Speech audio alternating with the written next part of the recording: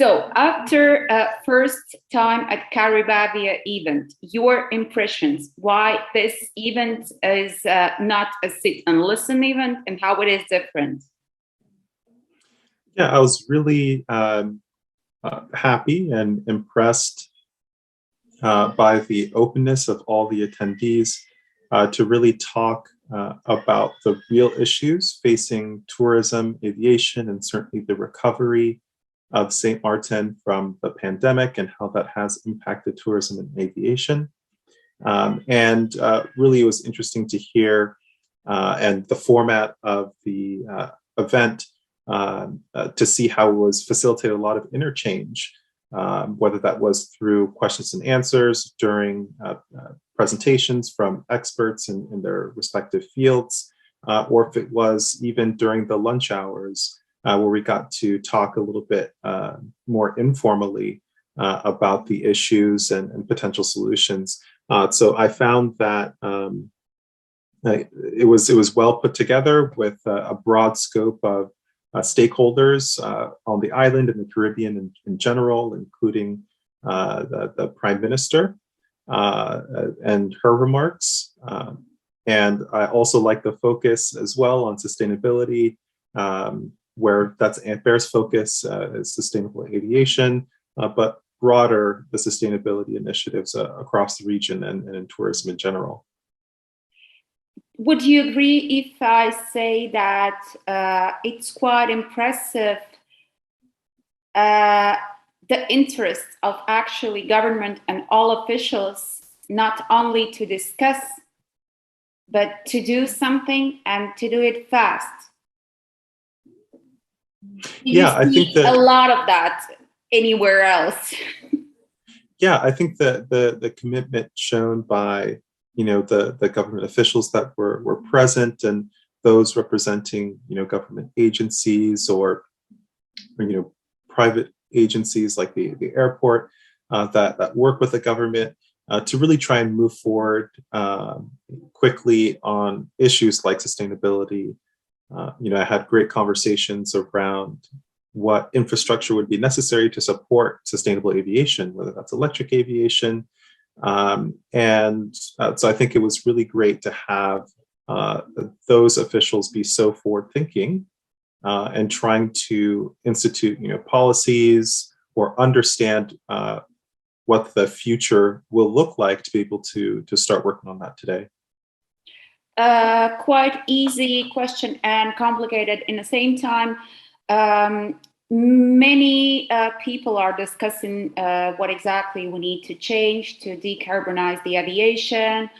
I would love to be more focused on what we can do, not tomorrow, but today. So actually, how do you plan to work in order to prepare airport, airfield infrastructure to be ready for that change? Because actually, very few of them are ready to accept different types of aircrafts, even with sustainable aviation fuel. It's not everywhere, and we have a long, long way to go till it's going to be something usual, everyday life question. How do you plan to proceed with that?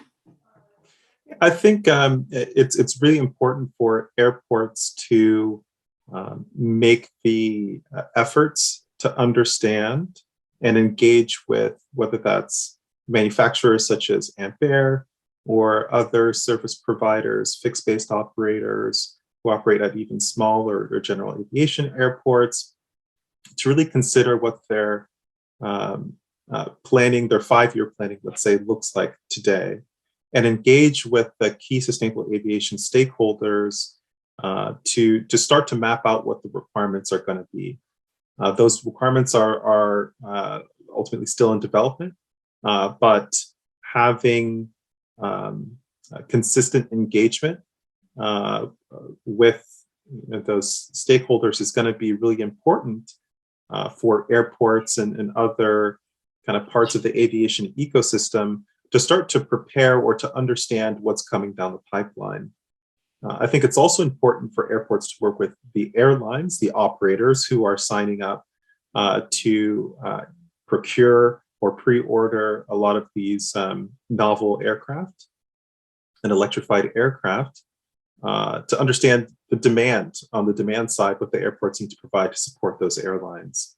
Another thing that we've seen also that is interesting is, and we've seen this all over the world, is that there are a lot of airlines that are being started now or were started during the pandemic that have this very sustainable focus, where their entire fleet plans and fleet strategies are based around sustainable aviation and sustainable aircraft, whether that's, Ampaire's aircraft like the Eco Caravan, that's hybrid, or looking at other aircraft out there.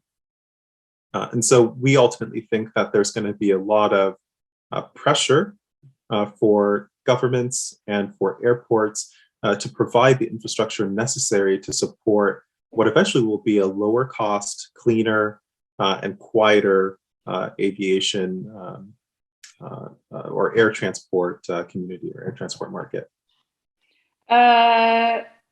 I have one idea after exactly your session at CARIBAVIA, and I was wondering if you agree that it could be something necessary.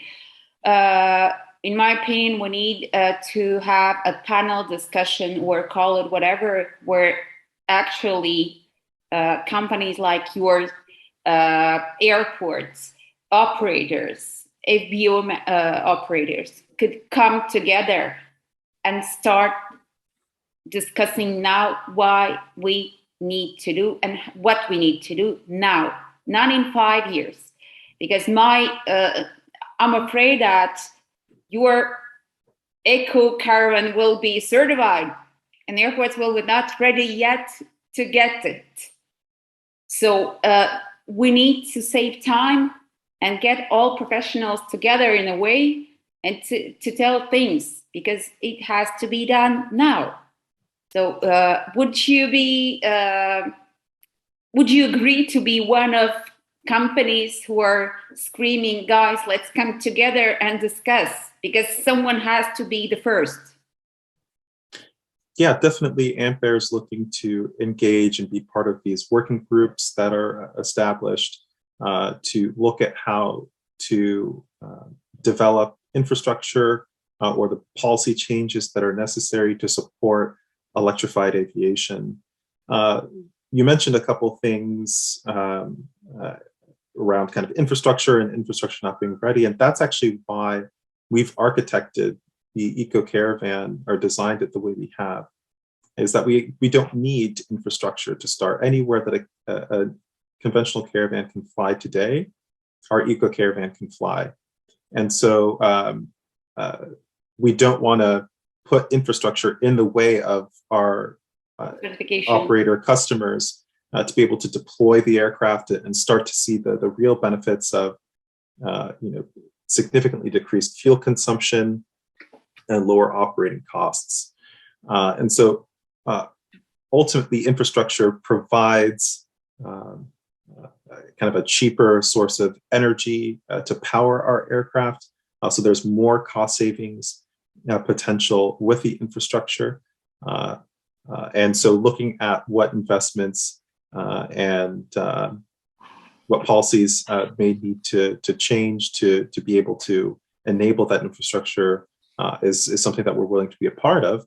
And I think those very quickly, kind of the right stakeholders can even just determine what electric infrastructure is already exists at airports. We can do very high level analyses and quickly about potential demand and how that might impact the electric grid at airports and in different regions, to start to just get an answer of, is the electric grid infrastructure ready?